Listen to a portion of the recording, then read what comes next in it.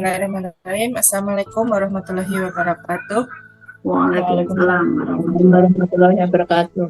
Alhamdulillah, innalhamdalillah, salatu wassalaman ala Muhammadin wa rasul karim wa ala alihi wa ashabihi ajmain amma ba'du. Rabbi sholli sadri wa yassirli amri wahlul 'uqdatam min lisani yafqahu qawli. Rabbi zidni ilma warzuqni fahma.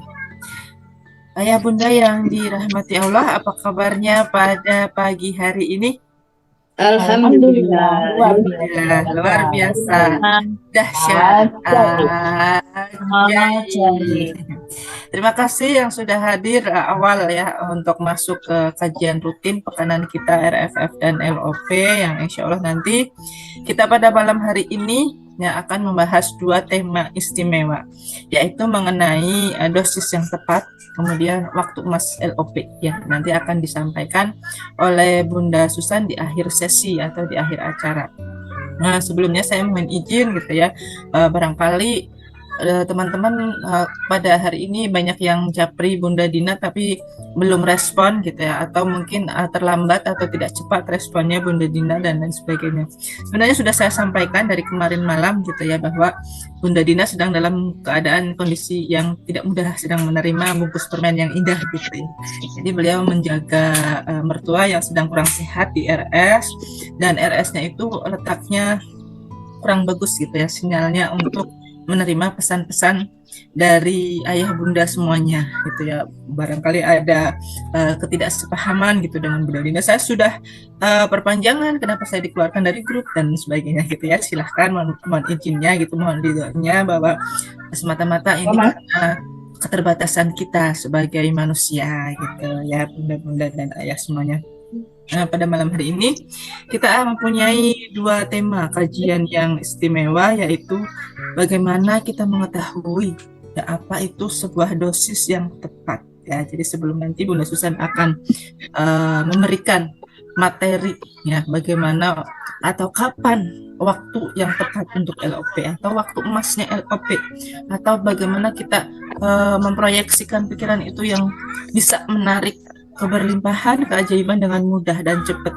Mungkin kita sudah paham beberapa tata cara LOP, kemudian sudah paham bagaimana cara ngucapin LOP, tapi kadang-kadang kita meng-LOP-kannya waktunya itu nggak pas gitu, atau mungkin meng-LOP-kannya waktunya nggak tepat gitu, atau sudah tepat sih waktunya, cuma kita nggak tahu sebenarnya itu waktu emas gitu. Nah, silakan nanti disimak di kajian akhir dan beberapa tips dari Bunda Susan bagaimana kita bisa melancarkan LOP kita supaya lebih mudah terwujud. Nah, sebelumnya izinkan saya untuk share screen membahas sebuah dosis. Kenapa sih kok ada dosisnya? Kayak kita minum obat gitu ya. Kenapa Bunda Vita mengambilnya judul kok bisa seperti judul minum obat? Ya karena memang ngaji itu sebenarnya adalah obat gitu ya. Obat untuk diri kita, obat untuk kita gitu. Bunda Susan nanti mohon izinnya untuk masuk ke ruangan Google Meet ya Bunda Susan. Oke, sambil kita menunggu beberapa hal penting yang sudah Bunda Susan siapkan gitu, saya izin share screen-nya untuk mempermudah ayah bunda memahami pemahaman apa itu mengenai dosis yang tepat.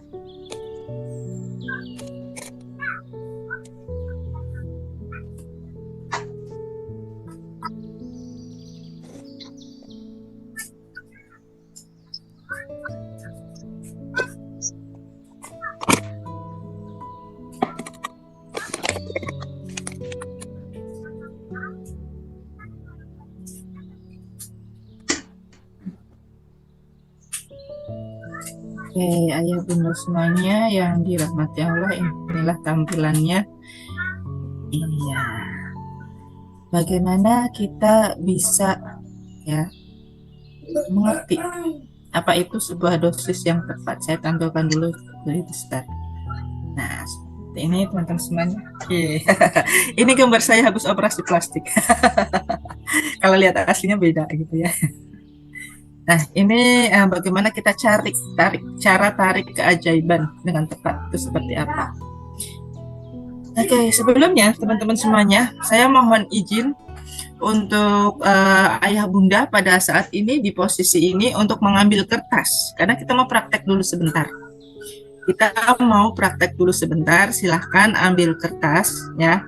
Jadi ini nanti teman-teman semuanya kita akan praktek bagaimana teman-teman akan menuliskan persoalan ya. Silakan ya yang mendengar saya ya, open kamera, ambil kertasnya ya, ambil pulpennya, alat tulisnya. Oke. Saya meminta teman-teman nanti menuliskan 2 hal. Yang pertama adalah menuliskan persoalan. Nah, kita belajar menulis persoalan. Persoalannya saya minta yang terkini, yang minggu-minggu ini didapatkan atau yang hari ini didapatkan oleh teman-teman semuanya. Silahkan ditulis. Bagus bisa nulis 5, tapi nggak usah panjang-panjang juga nggak apa-apa. Saya minta 2 gitu ya. Persoalan apa yang saat ini ya, ayah dan bunda, kakak adik semuanya yang ada di ruangan privat RFF LOP, di ruangan Zoom dan Google Meeting, yang hari ini atau kemarin atau minggu ini ketemu tumbukan apa gitu ya. Boleh jadi dengan customer, kayak nulis Garputala ya, curhat. Malam hari ini kita curhat dulu gitu ya. Persoalan apa? Boleh jadi ketemu debt collector yang galak. Boleh jadi tiba-tiba ya, ada ketidaksehatan, badannya nggak nyaman. Boleh jadi gitu kan, ada anak ya, ujian atau persoalan dari anak. Ditaruh mangkok kan di atas itu. 1 boleh, 2 boleh, maksimalnya 5. Tuliskan aja dulu. Tulis dengan penuh perhatian, nggak usah panjang-panjang ya, ayah bunda nggak usah panjang-panjang. Cukup nanti saya kasih waktu buat menulisnya selama untuk 2 persoalan saja ya, supaya lebih spesifik gitu, persoalannya 2 persoalan saja.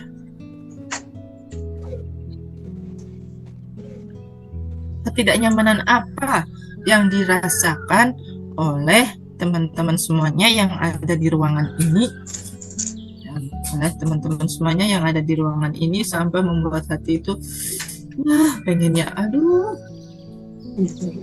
ya mas, saya pengennya aduh, kalau ada persoalan seperti ini saya pengennya aduh, nggak bisa lupa gitu ya, selalu terngiang-ngiang, selalu terbayang-bayang soalan itu. Misalnya anak yang bikin kesel, merusakin dapur atau ngacak-ngacak dapur, atau anak yang bikin kesel mecahin gelas, tulis saja. Oke.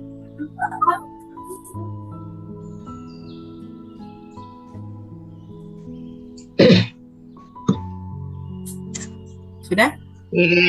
Nanti ada sampai bilang dalam kita kayak itu lagi. Kita pegang ke Shopee ya, lupa benar. Ke Shopee, misalnya.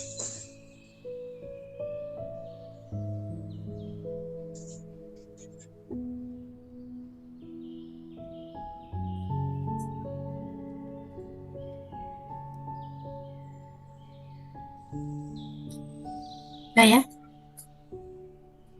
kayak 2 aja, 2, jangan banyak-banyak. Kita bukan Garputala, ini bukan Garputala, ini praktek RFF LOP, melepaskan kemelekatan.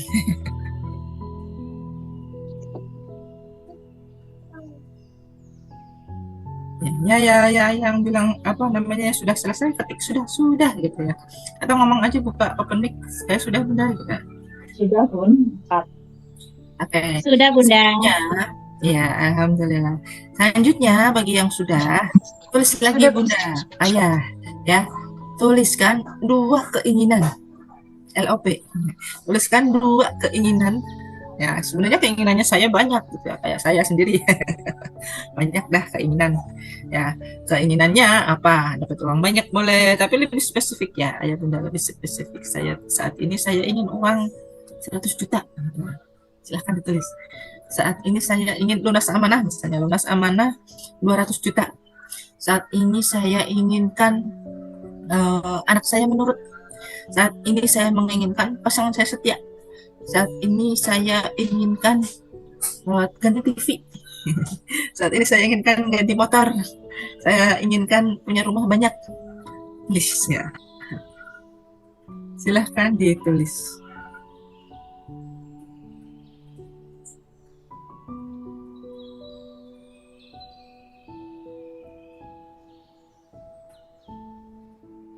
Dua aja, dua ya. Dua.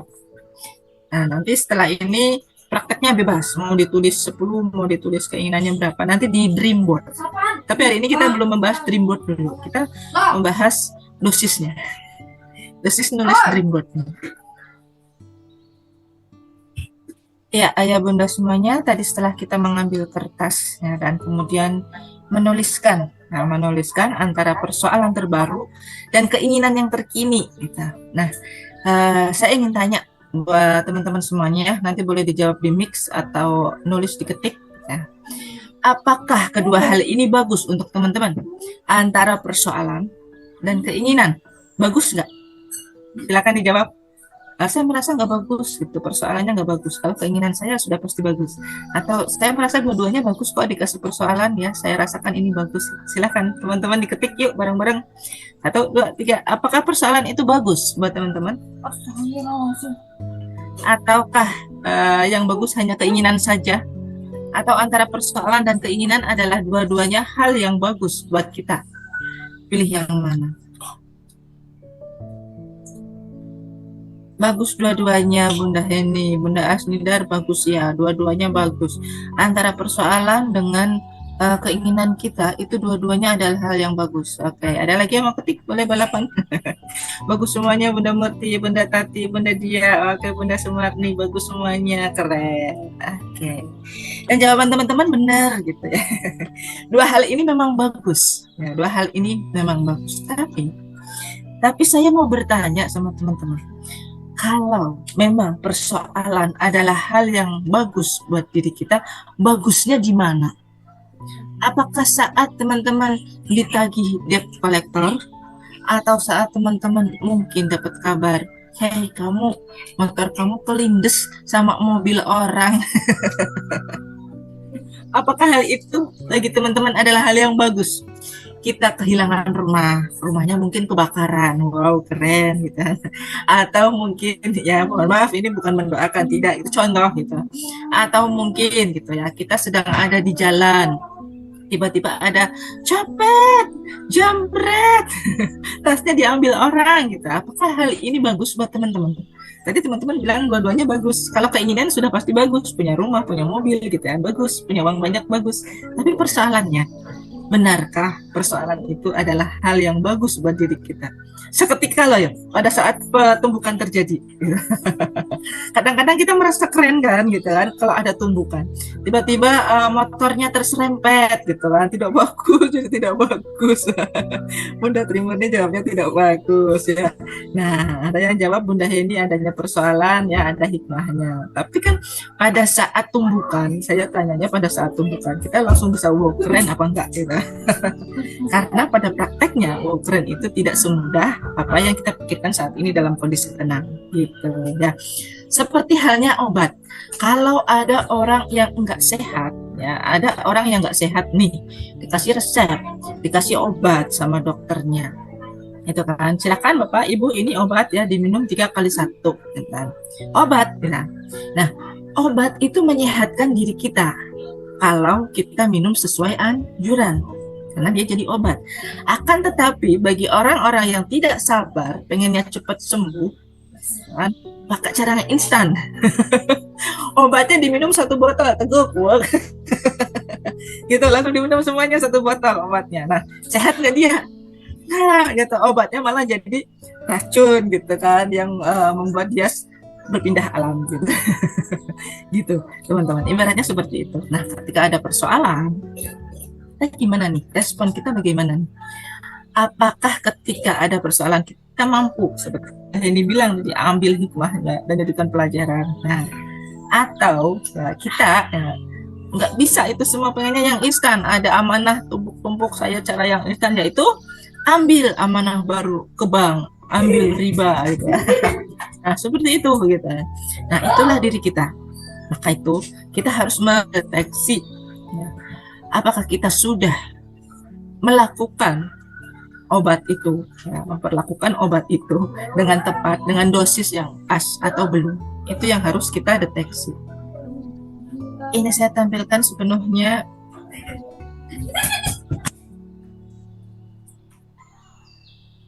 Nah, teman-teman tadi kan kita ada persoalan, ada keinginan. Nah, setiap manusia yang memiliki persoalan, setiap manusia yang memiliki keinginan pasti diuji. Lantas pertanyaannya adalah, bagaimana kalau kita tidak diuji? Seandainya manusia itu tidak ada ujian sama sekali. Saat ini, ya, Bunda Susan sudah dalam kondisi yang mapan. Saya juga, alhamdulillah, sudah dalam kondisi yang mapan, gitu kan. Nggak ada pekerjaan, PNS, terus nggak ada ujiannya, gitu. Nggak ada tantangannya, nggak ada persoalannya. Apa yang akan terjadi? Yang pertama, kita pasti akan bosan, kan? Bosan setiap hari berangkat pagi, kemudian masuk kantor kayak saya ya, kemudian melakukan tugas-tugas rutin pekerjaan kepala sekolah, cuma duduk aja di depan laptop, udah nggak ngajar lagi gitu, bikin perencanaan terus seperti itu. Bunda Susan juga terus setiap hari sama bola-bola, setiap hari sama kulaan, setiap hari begini-begini, bosan, nggak ada ujian, nggak ada tantangannya gitu kan, nggak ketemu customer yang galak gitu. Biasa flat gitu, kayak televisi flat datar, nggak ada gregetnya, nggak ada giroh untuk impiannya untuk menarik keajaiban yang lebih besar, itu nggak ada bila kita tidak diuji. Teman-teman nggak dikejar-kejar sama debt collector, nah, sudah pasti teman-teman nggak mau deket sama Allah, nggak mau belajar sama Bunda Arta, nggak mau kenal ilmu magnet rezeki, punya utang tapi nggak ada yang nagih gitu.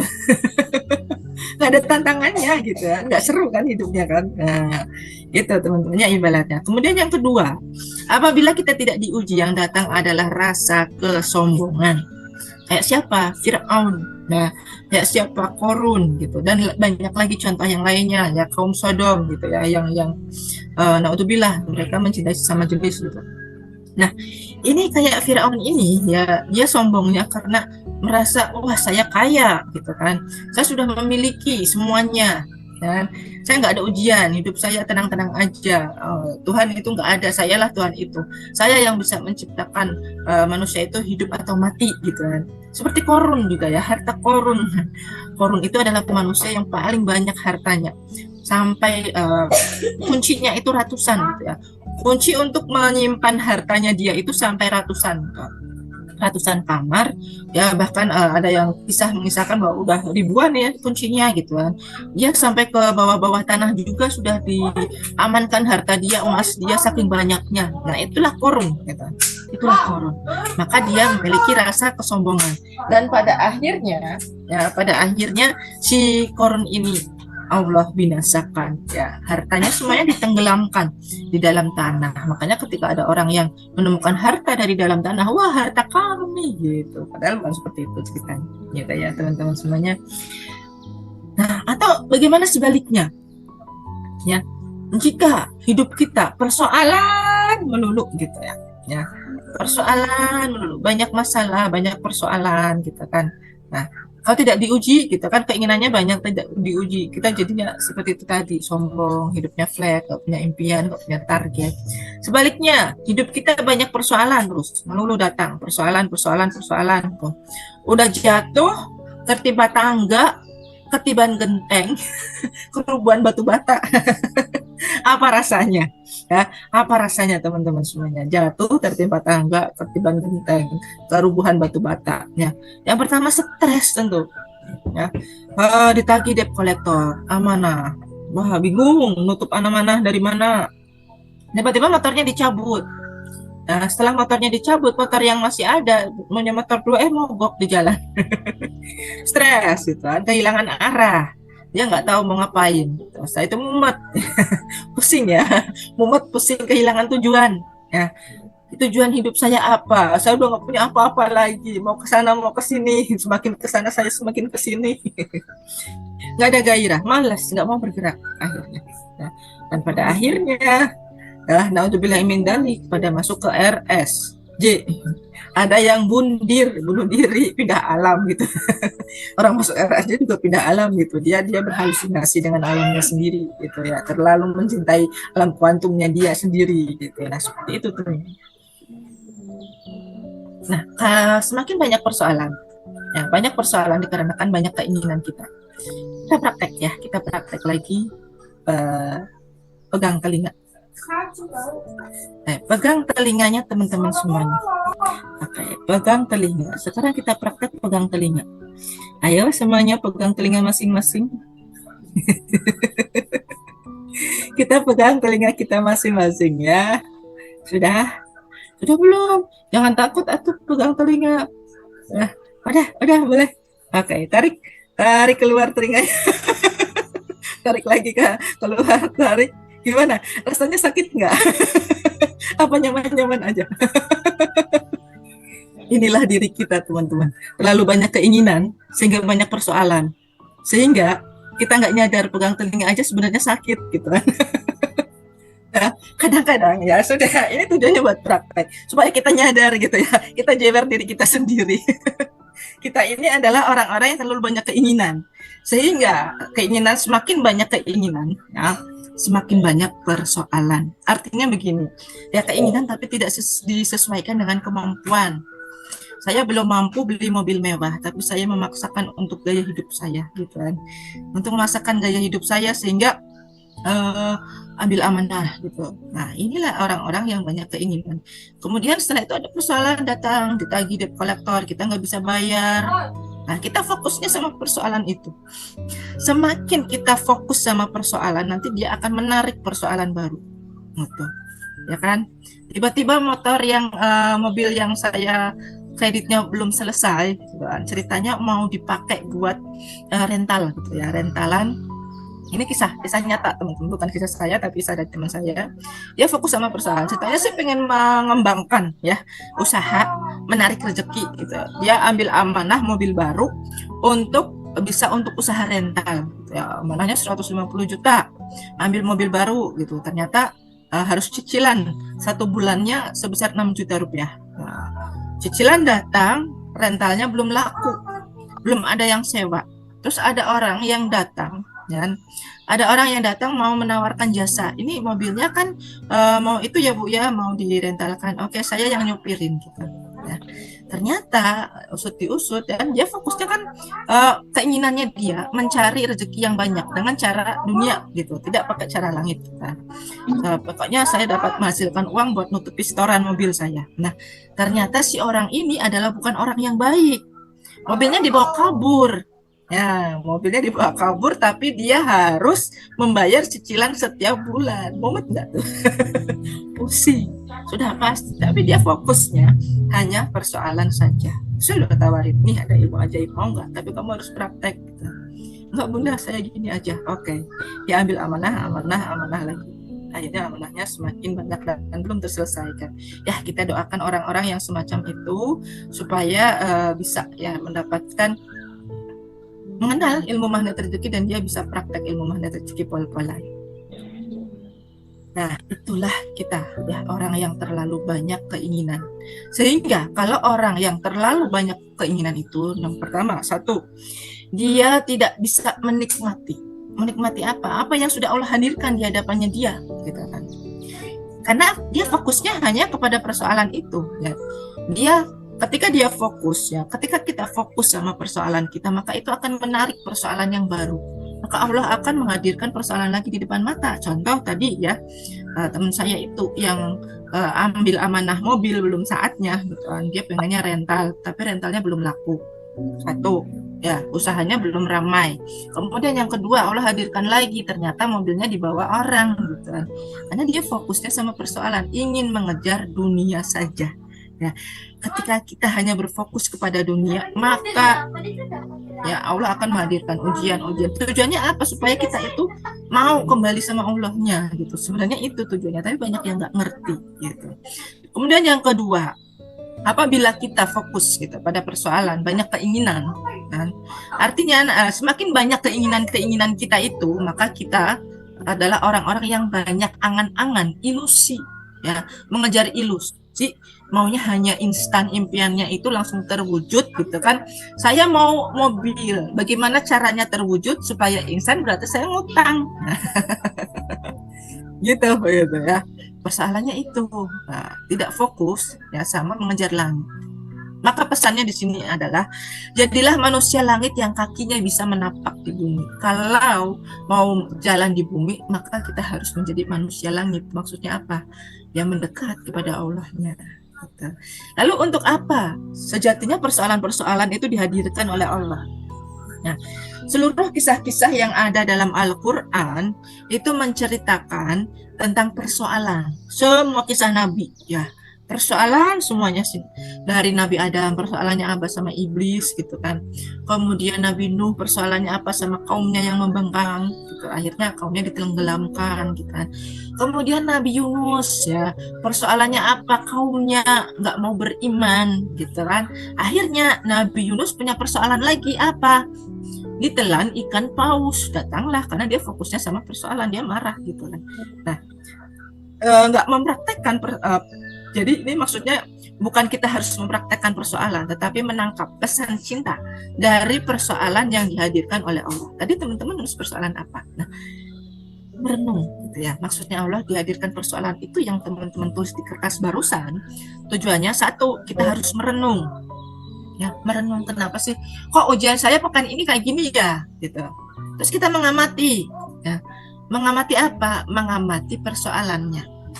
Allah hadirkan persoalan ini kepada saya pekan ini, emang saya dulunya ngapain ya? Adakah ibadah yang terlewatkan sama Allahnya?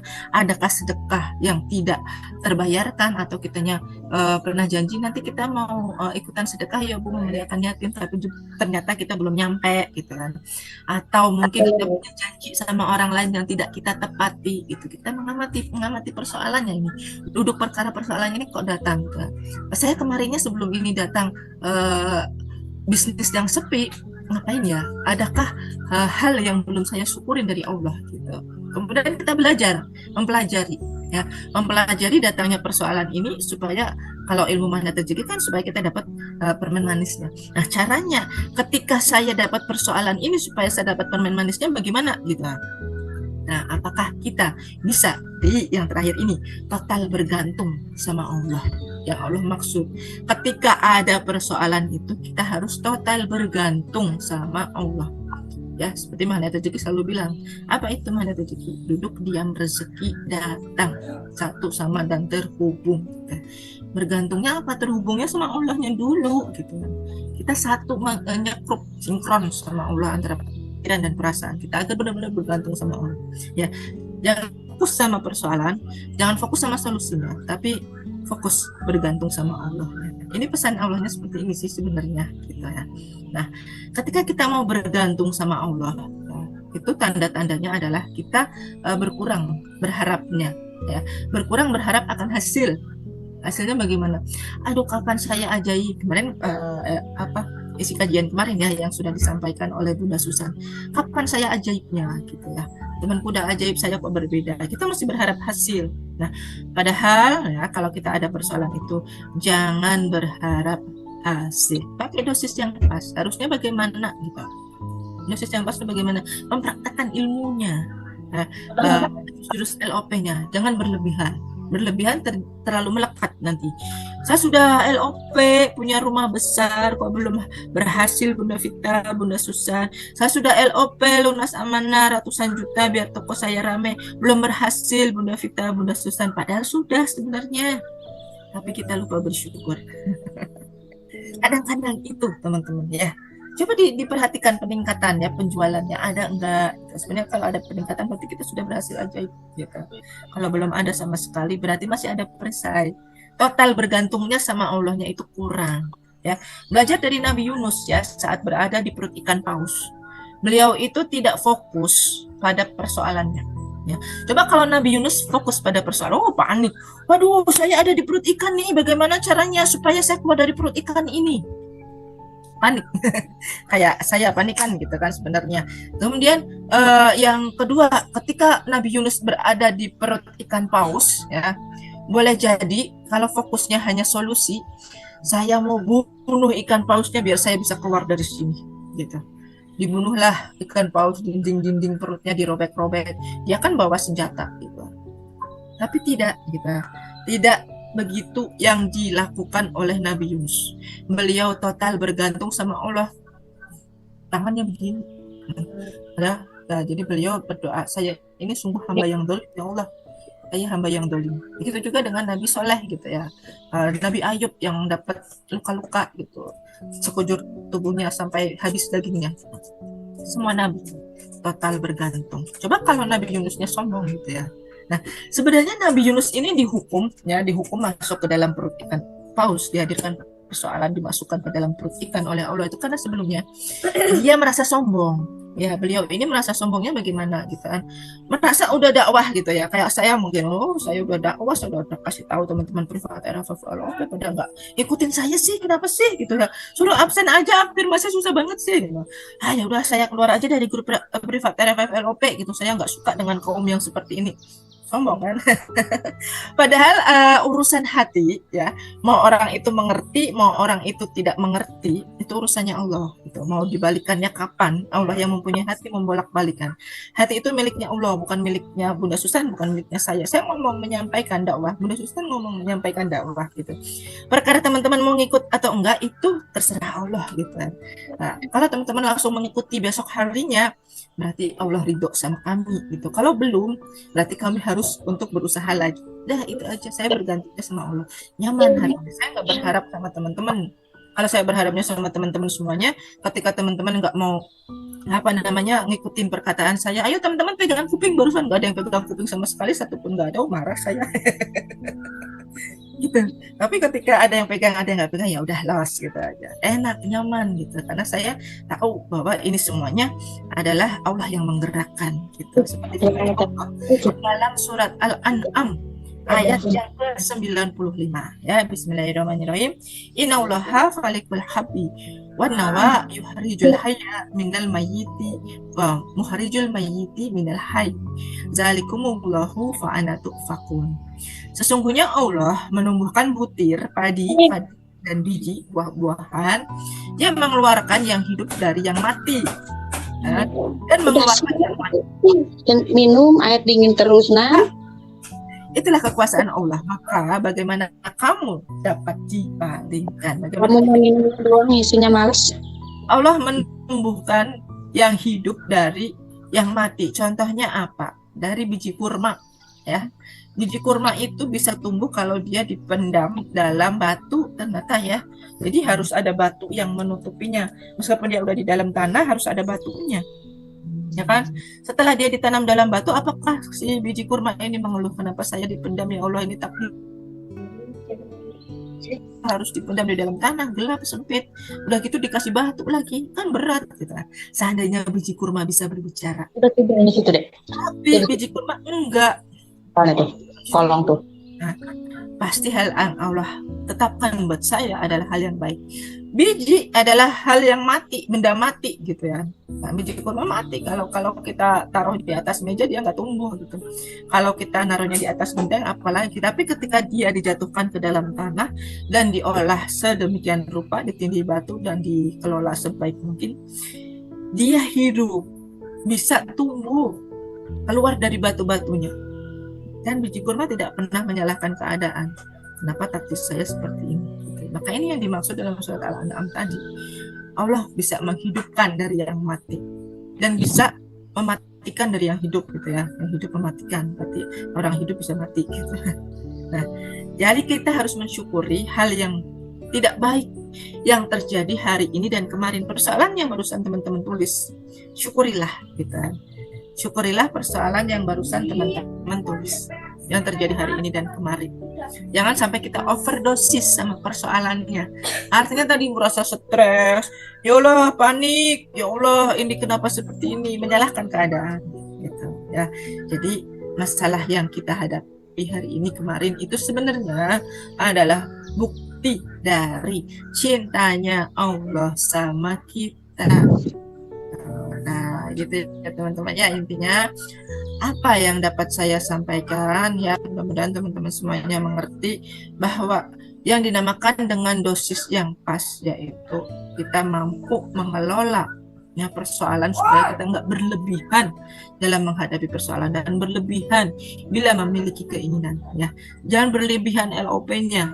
Nah, LOP saya begini boleh, tapi jangan dipegang terus sampai kapan ajaib nih, Bunda Vita saya belum ajaib, Bunda Susan saya belum ajaib.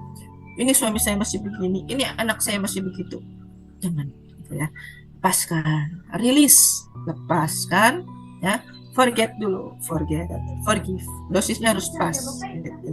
Waktunya kapan? Di waktu emas. Nah, emasnya kapan? Nanti Bunda Susan yang ya teman-teman sayang, apa yang dapat saya sampaikan ya mudah-mudahan bermanfaat buat teman-teman semuanya, yaitu kita bisa mengelola tata hati kita supaya bisa pas dan dosisnya juga tepat, tidak overdosis, tidak overthinking, sehingga bisa menjadi kemelekatan hal yang membuat diri kita malah semakin tidak mudah untuk mendapatkan keajaiban. Oke, Bunda Susan, ya demikian tadi apa yang dapat saya sampaikan, kurang dan lebihnya ya barangkali nanti ada penguatan dari Bunda Susan sebelum kita menginjak ke materi riadoh atau membaca bacaan al-waqiah bareng-bareng. Nanti kita ada penguatan dulu sama Bunda Susan dan kemudian al-waqiah, ISV, kemudian ahli kubur. Nanti habis itu kita kajian lagi ya teman-teman, jangan kemana-mana, pertahankan makomnya, jangan ngantuk. Kalau sambil-sambil sebentar nggak apa-apa deh gitu ya. Bunda mau ke belakang sebentar, Bunda batal wudhu, saya mau wudhu sebentar. Oke, silakan. Yang penting nanti balik lagi ke tempat, open kamera ya saat riadoh sampai akhir, supaya keajaibannya senantiasa datang pol-polan dan mudah gitu ya teman-teman semuanya. Ini kayaknya Bunda Susan off kamera ya. Nah, sudah on lagi. Dan Bunda Susan, waktu dan tempat kami persilakan untuk Bunda Susan. Mari teman-teman semuanya kita sambut dengan meriah gurunda kita, Bunda Susan Arkanisa. Tepuk tangannya. Ya, bisa open mic yang di Google Meet. Rafi di sebelah saya ketawa. Ini dek bantu ibu dek. Suara saya habis ini konser 3 hari berturut-turut.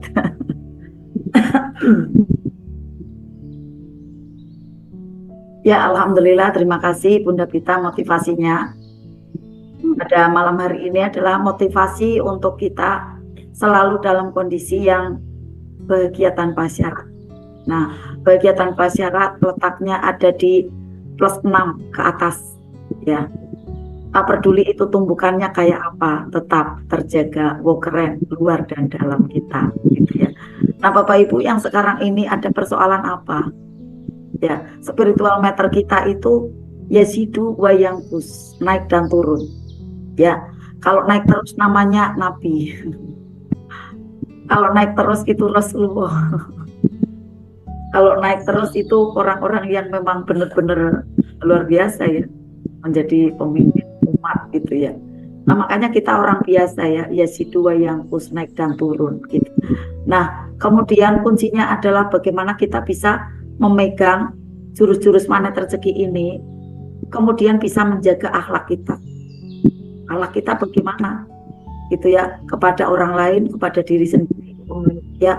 Tumbukan-tumbukan itu kadang ada, kadang juga agak menjauh gitu ya. Kemudian kita benar-benar ajaib gitu ya, kayak lapang semua. Tapi kalau kemudian semuanya lapang, ya memang betul boring, kayak Bunda Pita tadi sampaikan. Saya pernah di posisi itu, lapang tanpa tantangan. Jadi pada waktu dapat tantangan, ternyata wah ini ya hal yang menvariasi gitu ya, yang menjadikan berwarna kehidupan kita gitu kan. Nah kemudian kita bukan berarti menantang ya, menantang minta ujian bukan gitu ya. Tapi tantangan inilah yang kita pergunakan untuk bisa upgrade ya dari energi kita. Kalau kita tidak siap dengan tantangan gitu ya, karena kita tidak memegang jurus-jurus magnet rezeki dengan kuat, memeluk dengan erat, maka nanti ditantang oleh Allah, ditantang oleh alam semesta ya, atas perintah Allah seperti itu. Oleh siapa kita mendapatkan tantangan itu atau ditantang oleh siapa? Persoalan-persoalan yang ada di sekitar kita, baik itu suami, istri, anak-anak gitu ya, atau kalau saya karyawan gitu ya, mungkin ya bisa jadi sahabat baik ya, sahabat teman-teman yang ada di sekitar kita atau tetangga. Tantangan-tantangan itu akan selalu hadir pada diri kita Nah, bagaimana dosis yang tepat agar selalu ajaib di kehidupan kita? Kita harus mencatatkan keajaiban kita setiap hari apa. Keajaiban bukan hanya datangnya kemudahan atau datangnya sebuah maunah untuk kita, bukan. Pada waktu kita bisa menghadapi tantangan, kemudian kita bisa tetap mau keren, itu juga keajaiban. Ya, kalau menurut saya ini keajaiban gitu ya. Contoh kalau sehari ini saya tantangannya apa? Tantangannya saya menjaga stok, stok bola. Pada waktu sudah ada keajaiban Bapak Ibu, ternyata tantangan hadir. Makanya kehidupan kita itu seperti miniaturnya Al-Quran, ya, bukan mengatakan kita itu kayak Rasulullah yang hafal Al-Quran, enggak. Perjalanan hidup kita itu ada dua, ada maunah, ya, ada kebahagiaan, kemudian yang kedua ada ujian, ada tantangan gitu, ujian atau tantangan. Dibuktikan apa? Dibuktikan setelah merutinkan ya jurus-jurus magnet rezeki, kemudian kita juga pakai ada 1 menit ya penjualan melejit gitu ya. Kemudian kita ada masuk gua keajaiban seperti ini ya, kemudian kita baca Al-Waqiah, pakai garam ruqyah asifah, pakai ada pandan berdoa, lengkap kan jurusnya kan ya. Minta ridhonya guru ya, juga minta ada doanya mentor ya, minta ikhlas dan doanya mentor gitu kan. Nah, kemudian penjualan melejit ya. Setelah itu penanganan banyak nih, udah siap-siap ya, tiga supplier sekalian dihadirkan. Ternyata harus dari pembeli itu, Masya Allah, tidak terbendung Bapak Ibu. Ini kan sebuah hadiah kan, ya, sebuah keajaiban gitu ya. Tetapi ternyata supplier tidak siap. Sudah 3 pada supplier tidak siap. Sampai malam ini saya kempis pindu Bapak Ibu menjaga stok saya.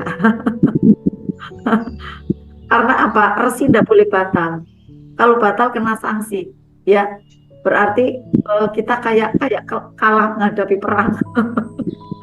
Akhirnya saya pakai jurus lagi, ya. Sedia modal lagi yang banyak, gitu kan. Saling tarik-tarikan stok ya dengan ini produksi yang ada di pusat. Ya, pakai ada ini ya apa namanya LOP diperkuat lagi ya, apa namanya ya kayak kita itu narik banget itu mobil sama yang bawa bola sama pemiliknya. Jadi LOP ya, LOP tarik bola namanya, bukan tarik pelanggan. Harus kuat dalam diplomasi gitu kan, ya, nego dengan pusat gitu kan. Nah, ini tantangan baru ya. Tantangan saya satu itu. Lalu yang kedua, menghadapi karyawan gitu kan. Menghadapi karyawan yang sekian puluh orang ya, 30, 35 ya. Kadang keluar masuk, udah yang masuk lama, tiba-tiba ada apa, ada ini, ada itu gitu kan. Tantangan lagi ya. Belum kemudian ya alhamdulillah pasangan udah CTMR kan makin selaras ya. Anak-anak tiba-tiba wah keren gitu kan. Ya padahal ya udah belajar, cuma kan namanya juga anak-anak, ya kan. Ya coba ayo praktekkan lagi, tapi ya seperti itu, kita harus sabar lagi seperti itu ya. Ya saya minta maaf nih sama Dirafi gitu ya. Kalau Bunda dalam bimbing mungkin ya ada banyak kekurangan, jadi ya minta maaf gitu ya. Sedangkan satu kepala dengan kepala yang lain juga ada beda gitu ya, walaupun dalam keluarga gitu. Tapi itu sih saya lihat prosentasenya sedikit gitu ya. Yang banyaknya ya selaras gitu. Cuma karena punya keinginan ya dari anak, kami ada pertimbangan. Kami berasanya sih tidak terlalu kencang, juga tidak terlalu gendut. Tapi mungkin anak punya impian yang belum juga tersampaikan gitu kan. Ya udah saya kasih waktu hening dulu gitu ya. Apalagi mau luar kota besok Mbak Salsa ya, mohon doanya ya Bapak Ibu ya. Semoga diberi kelapangan dan kemudahan ya dalam meraih ilmu kembali di Youth Miracle, Youth Miracle Magnet Rezeki besok ya, bersama teman-teman pengamal magnet rezeki yang masih muda gitu, apalagi si TMR ya. Tadi malam juga udah mengisi materi ya yang ada di Zoom ya. Beliau adalah pembicaranya Mbak Salsa. jadi kadang melihatnya tuh dengan apa ya namanya ya, dengan tersenyum gitu ya. Alhamdulillah saya sudah ada rasa seperti itu Bapak Ibu ya. Jadi ndak dongkol lagi, ndak apa ya namanya ya min satu ya kebenaran saya kan paling benar, enggak saya tetap bisa jadi ada saya tidak tepat ya di mana ya, mungkin cara bicara saya kayak gitu kan ya.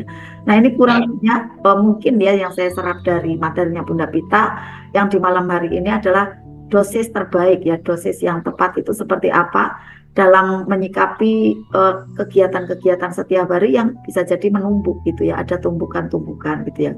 Karena apa, kita ingin sekali mencapai ada makom tertentu ya, makom tertentu ini akan makom kemudahan ya, makom keajaiban, terus apalagi ya kita ingin ada impian-impian itu mudah tercapai yang akhirnya dalam melangkah itu bisa jadi ada yang keinjek, kesenggol gitu ya, ada juga kena tangan kita dengan tak kena tamparan apa samparan gitu ya, enggak sengaja sih, enggak sengaja kena kibasan kaki kita juga gitu ya. Yang akhirnya menjadikan kurang nyaman gitu ya. Yang semua itu adalah ujian dari Allah. Nah kemudian untuk jaga selalu di wilayah kuantum kita dalam kondisi yang bahagia tanpa syarat ya. Kita saling mendoakan di sini ya Bapak Ibu semua. Mudah-mudahan malam ini saya dilancarkan ya dalam baca Al-Qur'annya, sampai dengan nanti saya akan menyampaikan ada sebuah materi yang sangat menggelitik ya tentunya ya, untuk bisa kita belajar lagi cara yang tertepat dalam kita LOP ya. Walaupun memang di mana rezeki ini yang ditandaskan adalah akhlak kita yang baik, karena mana rezeki sebenarnya adalah syiar secara akhlak ya. Tetapi cara kita untuk ber-LOP pun kalau yang saya lihat itu sangat-sangat penting, saya rasakan itu sangat penting gitu ya. Karena nanti untuk bisa mensegerakan apa sih hajat-hajat Bapak Ibu sambil terus untuk memperbaiki dari akhlak kita gitu ya Bapak Ibu ya. Jadi nanti untuk pencapaian finansial ya, keajaiban-keajaiban finansial dan juga kebahagiaan keluarga serta terjaganya insya Allah ya keamanan dan kesehatan Bapak Ibu pun menjadi lebih mudah tercapai, ajaib gitu ya Bapak Ibu. Maaf lahir batin. Yang penambahan dari saya seperti itu Bunda Pita ya. Kalaupun ada tidak tepat dari saya mohon maaf ya. Dan kalau misalnya ini baik ya diambil Bapak Ibu hikmahnya ya. Sambutlah salam yang terbaik dari saya. Assalamualaikum warahmatullahi wabarakatuh. Waalaikumsalam warahmatullahi wabarakatuh. Masya Allah, tabarakallah teman-teman semua. Malam hari ini semangat semua ya. Yang ada di Google Meet cuma saya sama Bunda Pita. Yang ada di Zoom banyak sekali ya. Alhamdulillah kita bersyukur ya. Sebenarnya saya berharap ya sampai 90 kita ada di Zoom dan Google Meet. Tapi pokoknya tapi memang dapatnya sekian. Tersaring ya Bapak Ibu ya. Yang penting Bapak Ibu tetap ada ya, yang belum masuk sekarang ini tetap ada di grup WA gitu ya. Karena kalau masih tetap ada di grup WA tetap masih dapat energinya gitu ya. Yang penting dibaca di rumah Al-Waqiah berjamaahnya kalau kuat silakan gitu ya. Dari awal sampai akhir tentu sih memang tidak sedahsyat bareng-bareng ya. Kemudian apalagi disimak videonya ya, video di YouTube yang sudah kami sediakan. Kemudian ikuti mentoringnya gitu ya, diikuti mentoringnya. Dan apalagi mungkin ada motivasi-motivasi visi lainnya, misalnya sholat tepat waktu ya, sholat duha gitu ya. Kemudian ada ininya apa namanya tausiahnya secara tulisan ya yang ada di WA gitu ya. Ayo Bapak Ibu semua konsumsi di situ, karena itu adalah bentuk tanggung jawab kami sebagai mentor untuk bisa mengajak ke Bapak Ibu di keajaiban demi keajaiban ya Bapak Ibu. Yang penting kami dalam Zoom-nya kami udah memotivasi semaksimal mungkin ya Bapak Ibu.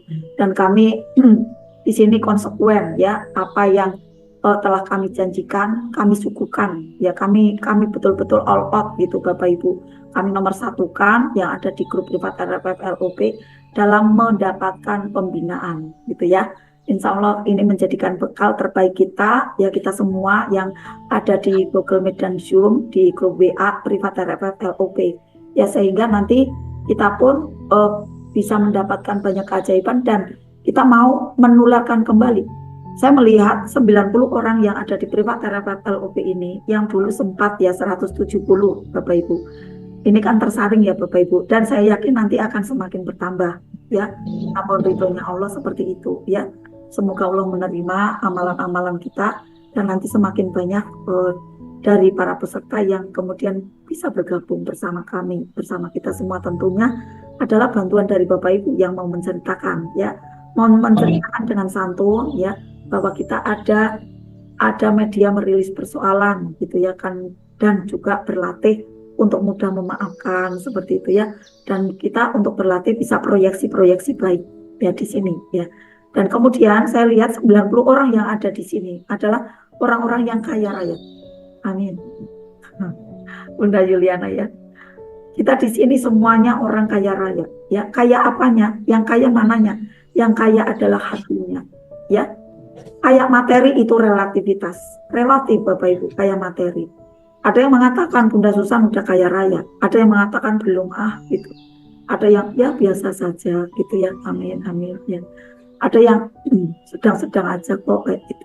Ada Sultan. ya. Sultan. Betul, Bunda Murti Sultan mengatakannya gitu ya. Amin, alhamdulillah. Kapan-kapan saya share ya bagaimana mindset Sultan. saya sampai ingat ya Bunda Murti Sultan, bagaimana mindset Sultan Andara gitu ya. Kita bisa tiru nanti. Ternyata memakai proyeksi baik Bapak Ibu, yang dimana rezeki itu juga namanya LOP gitu ya. Dari yang terjatuh luar biasa ya. Beliau pernah kena narkoba, pernah dipenjara, ayahnya meninggal gitu ya, bahkan beliau menjadi tulang punggung keluarga, tapi sekarang menjadi melejit. Apa sih yang melandasi di baliknya? Nah, kita perlu tahu mindset Sultan seperti apa, kawan-kawan ya, untuk kita ini ya, kita ulik, kita kaji, kemudian siapa tahu Bapak Ibu bisa ambil ilmunya dan bisa mengcopy paste jadi Sultan gitu ya Bunda Murti ya. Amin. Ya sultannya seberapa levelnya yang kasih sesuai ke kapasitas kita gitu ya Bunda Murti ya, sesuai dengan kemampuan kita, karena wadah kita tuh seberapa itulah yang kita dapatkan Bapak Ibu. Makanya kalau Bapak Ibu itu memang ingin mendapatkan besar ya, kapasitas diperbesar ya, seperti tadi yang saya sampaikan urutannya. Bapak Ibu yang ada di sini adalah orang yang kaya raya ya, orang yang kaya hatinya gitu ya. Nah kemudian dari yang kaya raya ini, ayo kita perbesar kapasitasnya dengan mau peduli yang belum kaya gitu. Yang belum kaya siapa? Orang-orang yang belum mengenal magnet rezeki. Walaupun secara finansial mereka tuh kaya, tetapi hatinya sempit, hatinya miskin. Makanya kita bantu ya dengan apa? Dengan ada donasi beasiswa gitu ya, beasiswa untuk SHMR gitu kan, SHMR atau MR ini kan kita insya Allah nanti akan lanjutkan lagi, akan adakan lagi. Nah kemudian yang ada di daerah sini, di daerah Pekalongan Batang gitu ya, saya usulkan ke admin, ke Bunda Pita dan Bunda Dina, misalnya kayak Bunda Murti, Bunda Dia Utami gitu ya, ada saudara, ada teman gitu, karena Bunda Murti ikut juga donasi, Bunda Utami, silakan bisa mengajukan nama ya untuk bisa mengikuti seperti itu. Di samping beliau semua juga mengikuti gitu kan, karena ada di dekat sini gitu ya, ataupun Bapak Ibu yang mempunyai ada saudara di sini karena belum mengenal magnet rezeki, masih terbatas ya, masih ada penghalang, belum bisa terbuka hatinya, kita bantu gitu ya. Kita bantu dengan apa? Ada free gitu ya. Ini ada beasiswa, itu kan hal yang menarik bagi yang belum mengerti. Ada jurus yang namanya rezeki gratis. Kita menghindari rezeki gratis karena mereka kan belum kenal. Nggak apa-apa, kita kenalin ilmu magnet rezeki dengan cara seperti itu gitu ya. Dengan cara yang umum, minta oleh-oleh, minta hadiah gitu kan. Ya enggak apa-apa, kita tarik seperti itu. Nanti setelah di dalamnya paham dengan energi, akhirnya mereka kemudian berpikir, iya ya, saya lebih baik kan harusnya memberi, karena saat memberi itu saya memanggil kekayaan gitu ya. Akhirnya nanti dia mau untuk membantu orang lain lagi gitu kan. Setelah dia kemudian ikut belajar magnet rezeki ataupun setelah dia tahu gitu Bapak Ibu. Jadi akhirnya nanti kita bisa membantu program Ustadz Nasrullah Gurunda kita ya, menuju ke 2 juta pengamal magnet rezeki itu sangat mudah dengan metode ini. Bismillah Bapak Ibu ya, kita saling bantu untuk orang-orang di sekitaran kita yang belum mau belajar magnet rezeki, yang betapa indahnya kita memeluk magnet rezeki ini sampai dengan nanti kita bawa ke haribaan kita Bapak Ibu ya. Semoga kita mendapatkan ada surga ya yang terbaik di sisi Allah ya, alhamdulillah. Karena apa? Pada waktu kita hidup di dunianya pun kita sudah merasakan ada ketenangan, sudah ada kenyamanan di dalam memeluk ilmu magnet rezeki ini. maka proyeksi-proyeksi baik itu pun sampai di alam kubur kita. Bismillah, kita akan mendapatkan seperti apa yang kita lihat ada di alam dunia ini, yaitu apa? Kelapangan. Terang benderangnya kehidupan kita itu tersambung. Keterang benderang di alam kubur, keterang benderangnya ada di alam keabadian. Yang bismillah itulah DP-nya dari kita mendapatkan surganya Allah Ta'ala. Amin ya Rabbal Alamin. Alhamdulillahirabbil alamin.